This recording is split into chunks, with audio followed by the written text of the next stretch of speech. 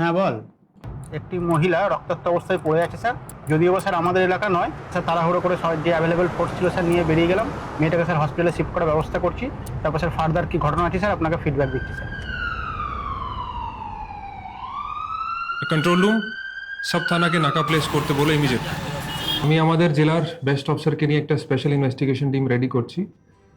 আপনাদেরকে 100% দিতে হবে, যে কোনোভাবে একিউজকে ধরতেই হবে। কোন টিম কোথায় যাবে সেটা অ্যাডিশনাল এসপি হেডকোয়ার্টার আপনাদেরকে জানিয়ে দেবে।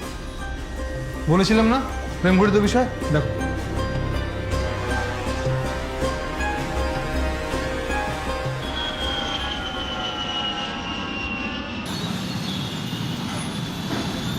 নেই ব্যাঙ্গালোরে।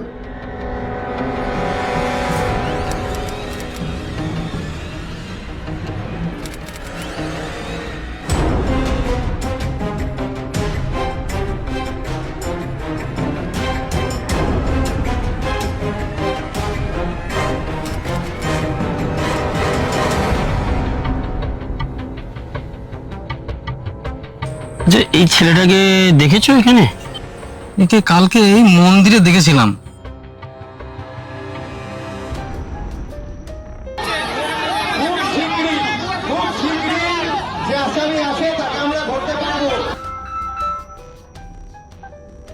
পেলে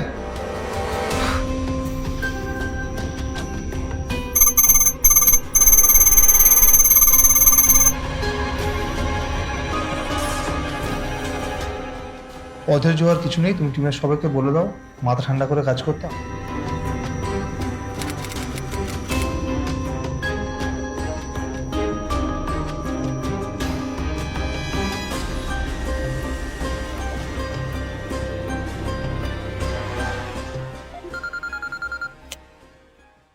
পাঁশকুড়ে একটা ট্রেস পাওয়া গেছে।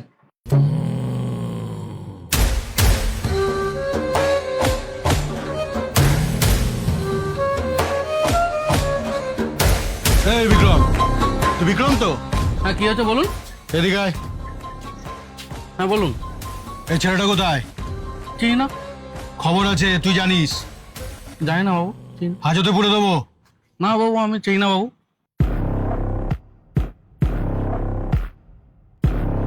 বাড়ি কোথায়? এই তো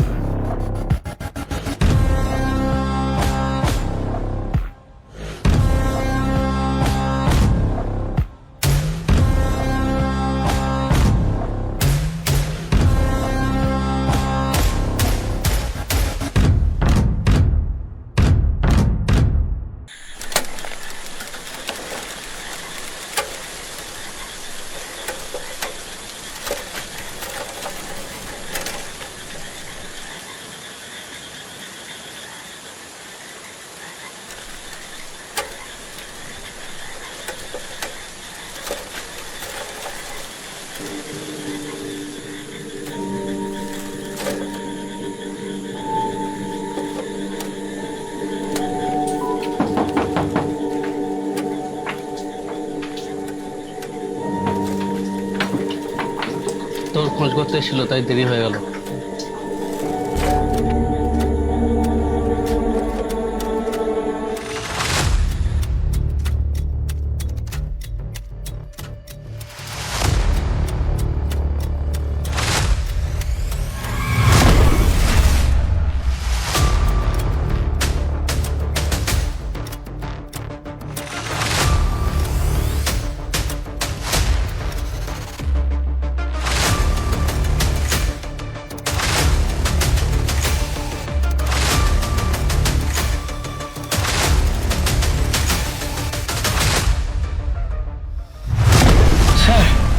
স্যার নমস্কার। স্যার পেয়ে গেছি স্যার। তুই একবার আমার সাথে দেখা কর, আমি আর নেক্সট টাইম তোকে বলবো না দেখা করার জন্য। এটাই লাস্ট বার।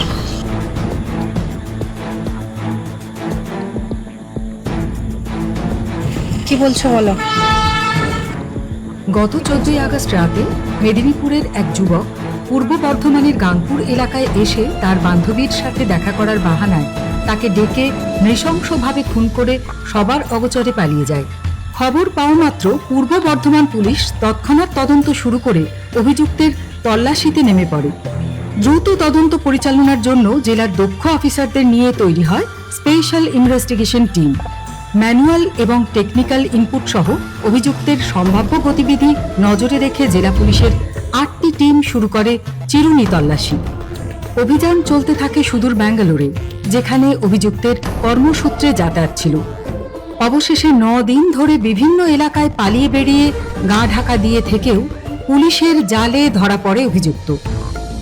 অভিযুক্তের বিরুদ্ধে সর্বোচ্চ সাজা সুনিশ্চিত করতে পূর্ব বর্ধমান জেলা পুলিশ কঠোর প্রতিজ্ঞাবদ্ধ।